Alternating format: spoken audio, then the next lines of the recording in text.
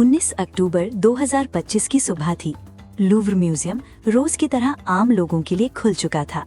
Guards अपनी अपनी जगहों पर तैनात थे। दुनिया भर से आए टूरिस्ट्स म्यूजियम के अंदर घूम रहे थे।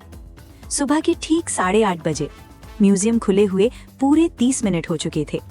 तभी म्यूजियम की उस साइड जो नदी की तरफ देखती है, एक अजीब हरकत होती है। एक बड़ा ट्रक आकर म्यूजियम की दीवार के पास रुकता है। ये वही ट्रक होता है जो आमतौर पर भारी सामान ऊपर पहुंचाने के लिए इस्तेमाल होता है। इसमें एक मैकेनिकल लिफ्ट लगी हुई थी, लेकिन इस बार ना कोई फर्नीचर था, ना कोई डिलीवरी।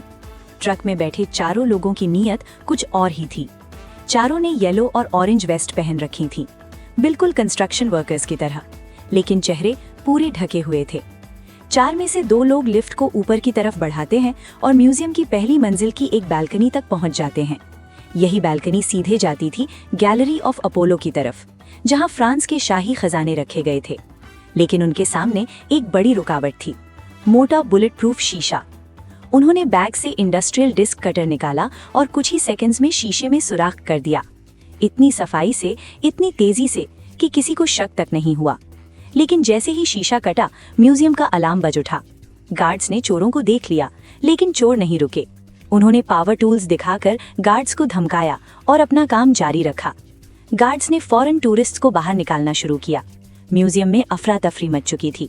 एक गवाह ने बाद में कहा, हर तरफ डर था, कोई समझ नहीं पा रहा था कि हो क्या रहा है।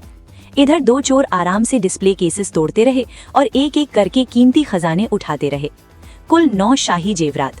फिर उसी कटे हुए शीशे से बाहर निकले, बालकनी पर पहुंचे, जहां नीचे उनके 2 साथी स्कूटर्स के साथ तैयार थे।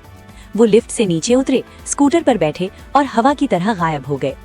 पूरे ऑपरेशन में म्यूजियम के अंदर रहे सिर्फ 4 मिनट और पूरा प्लान सिर्फ 8 मिनट में पूरा। जाते जाते ट्रक को आग लगाने की कोशिश भी की ताकि सबूत मिट जाएं, लेकिन एक बहादुर स्टाफ मेंबर ने फौरन रोक दिया। चोर नदी के किनारे किनारे भागते हुए पेरिस रिंग रोड और फिर A6 मोटरवे से फरार हो गए। ये फ्रांस के लिए एक जिल्लत भरा लम्हा था, लेकिन सवाल था, आखिर चोरी क्या हुआ? मिनिस्ट्री ऑफ कल्चर के मुताबिक लूव्र से कुल 8 कीमती चीजें चोरी हुई। दरअसल चोरों ने 9 चीजें उठाई थीं, लेकिन एक रास्ते में गिर गई। वो था एम्प्रेस यूजीनी का ताज, जो 1855 में बनवाया गया था। शीशे से निकालते वक्त ताज फंस गया, जबरदस्ती निकालने में टूट फूट हुई और भागते वक्त सड़क पर गिर गया। बाकी जो 8 चीजें गईं, उनमें शामिल थे एम्प्रेस यूजीनी का टियारा और ब्रूच, एम्प्रेस मैरी लुईस का एमरल्ड हार और बालियां, क्वीन मैरी एमिली और क्वीन हॉटन्स का सफायर सेट, एक बेहद खास रेलिक्वरी ब्रूच। इन सब में हजारों हीरे, एमरल्ड, नीलम और सोना लगा था। मेटल और स्टोन्स की कीमत लगभग $2 मिलियन थी, लेकिन ऐतिहासिक कीमत $1 बिलियन में भी पूरी नहीं हो सकती। हैरानी की बात यह थी कि चोरों ने सबसे कीमती डायमंड, रीजेंट डायमंड को हाथ तक नहीं लगाया, जिसकी अकेले कीमत €60 मिलियन है। इससे ये शक गहरा हो गया कि चोर किसी खास ऑर्डर पर आए थे।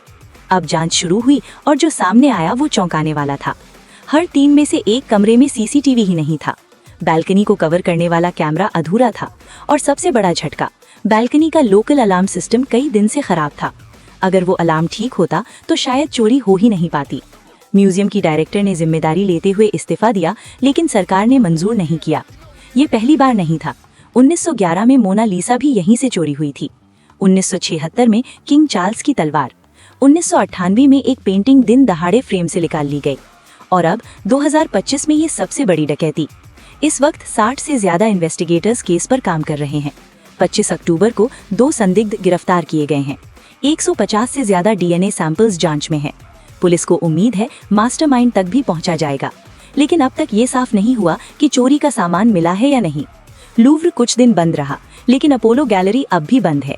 ये एक हाई लेवल, प्रोफेशनल और प्लान्ड डकैती थी और इसकी जांच अभी जारी है।